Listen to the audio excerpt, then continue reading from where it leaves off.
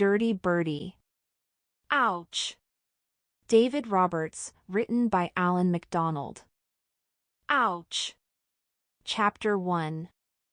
Go on, said Darren. I dare you. Before he comes back. Bertie looked at the hammer.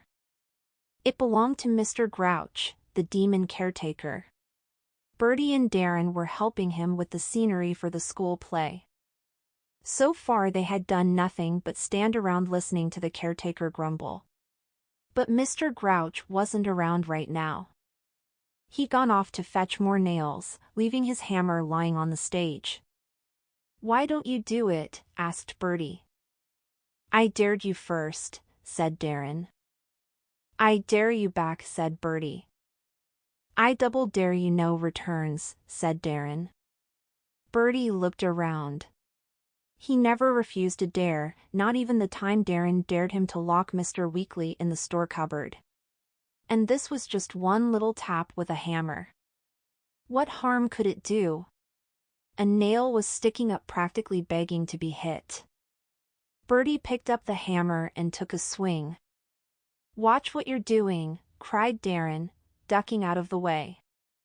Well, stand back then, said Bertie. I need room. He glanced round, checking that no one was about. All clear. D&K, he tapped the nail on the head. Darren rolled his eyes. Not like that. Give it a proper whack. Bertie held the nail between his finger and thumb. He swung the hammer back and brought it down. Yowwwww, he wailed, dropping the hammer. What did you do? Said Darren. I hit my thumb. Arg! Ow! Bertie hopped around like a frog on a dance floor. SHHH, hissed Darren. Someone will hear you. Bertie was in too much pain to care. Ow! Ow! OWW, he howled. Footsteps came thudding down the corridor. Mr. Grouch burst into the hall, followed by Miss Boot. What is going on? Yelled Miss Boot. Nothing, miss, said Darren. Arg! HHHH, cried Bertie, doubled over in pain. Mr. Grouch spotted the hammer on the floor. Have you been playing with this? He growled, picking it up. Darren shook his head. No, he said. I haven't. Miss Boot turned on Bertie. Did you touch this hammer? I was only trying to help, moaned Bertie. I knew it, cried Mr. Grouch. Turn my back for 2 seconds and this is what happens. That boy is a menace. He should be expelled. Yes, thank you, Mr. Grouch, said Miss Boot. I will deal with this. Ow! OWW, wailed Bertie. I think it's broken. Don't make such a fuss, snapped Miss Boot. Let me see. Bertie let go of his thumb and held it out for inspection. Yikes! It had turned purple and swollen up like a balloon. I don't feel very well, he said, going pale. Miss Boot took charge. Darren, take him to Miss Skinner's office, she ordered. And Bertie, don't think you've heard the last of this, I shall be speaking to your parents. Bertie sat outside Miss Skinner's office nursing his injured thumb. It was wrapped in a wet paper towel. He couldn't believe the way everyone was remaining so calm. Why hadn't they called an ambulance? For all they knew, he could be dying. The door flew open and his mom hurried in. Bertie, are you all right? She cried. Bertie shook his head weakly and held up his hand. I think it's broken, he moaned. Your hand? My thumb. Well, what happened? It wasn't my fault, said Bertie. I was trying to help. The hammer slipped. Hammer, shrieked Mum. What on earth were you doing with a hammer? Hammering, replied Bertie. Well, next time, don't.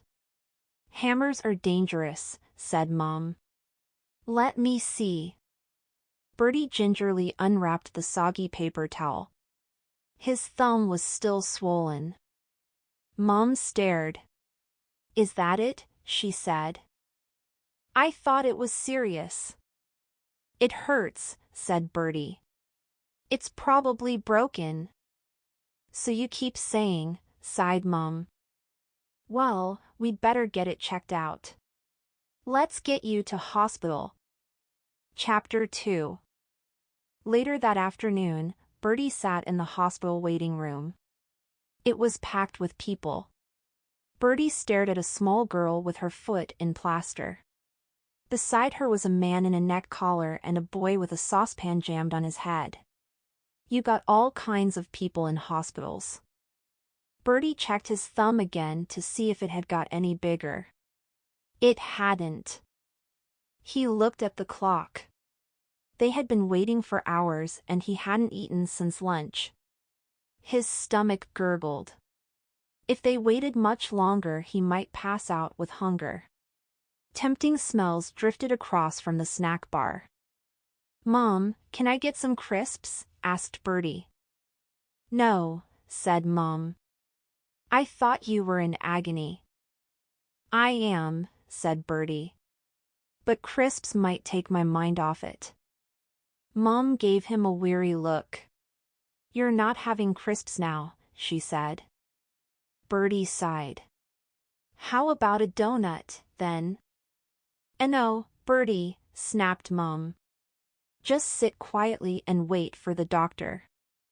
Bertie slumped in his seat. Talking about food only made him hungrier. Maybe he could just investigate what the snack bar had to offer? He got up. Where are you going? Asked Mom, lowering her magazine. Nowhere. Just to have a look, pleaded Bertie. Well, stay where I can keep an eye on you, said Mom. There was a queue of people at the counter. Bertie hung around for a while, hoping someone might take pity on a starving boy. No one did. On a nearby table he noticed a bowl containing small packets of mayonnaise, tomato ketchup and mustard. Bertie slipped a couple of them into his pocket as emergency supplies for later. He looked up and found a boy with his arm in a sling watching him. What happened to you? Asked Bertie. The boy shrugged. Hit a lamp post. With your arm? Said Bertie. No, on my bike, said the boy.